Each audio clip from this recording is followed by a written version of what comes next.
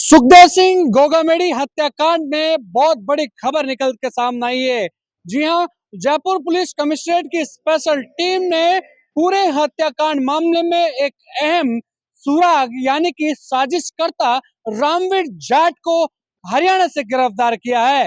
ये रामवीर जाट जो कि नितिन फौजी और रोहित राठौड़ दोनों शूटरों को लेकर जो कि सुखदेव सिंह गोगामेडी राष्ट्रीय राजपूत करनी सेना के अध्यक्ष थे, उनके घर तक पहुंचाने में अहम इसने रोल अदा किया था।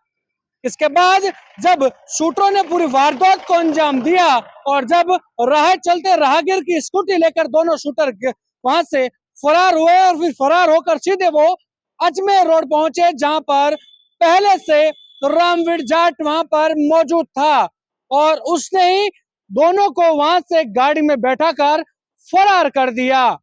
लेकिन अब जब हरियाणा से उसकी गिरफ्तारी हुई है तो बात ये निकल के सामने आ रही है कि नितिन फौजी और रामवीर जाट दोनों सहपाठी थे, यानी कि पढ़ाई लिखाई उनकी साथ में हुई। लेकिन जब नितिन फौजी आर्मी में चला गया और उसके बाद रामवीर जयपुर आ गया, जयपुर में रामवीर अपने आगे की पढ़ाई करने लगा, लेकिन फिर पढ़ाई पूरी होने के बाद वो हरियाणा चला गया।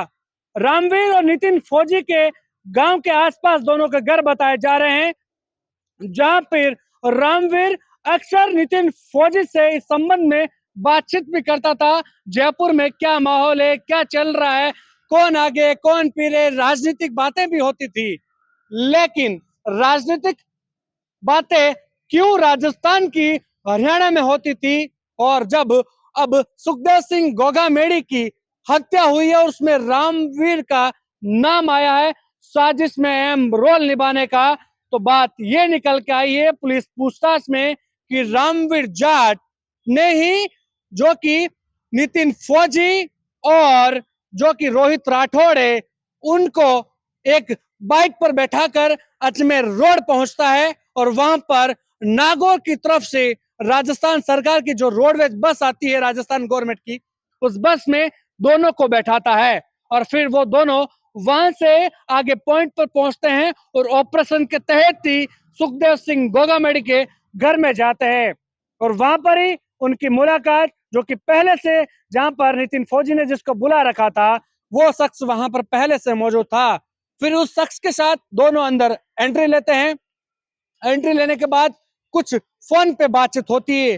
वो फोन कॉल किसका आता है, किसकी बातचीत होती है, ये अब तक पता नहीं चल पाया है। कॉल डिटेल के सामने आने के बाद ही पता चल पाएगा। पुलिस पूरे मामले का पटाक्षेप करेगी तभी सामने आएगा।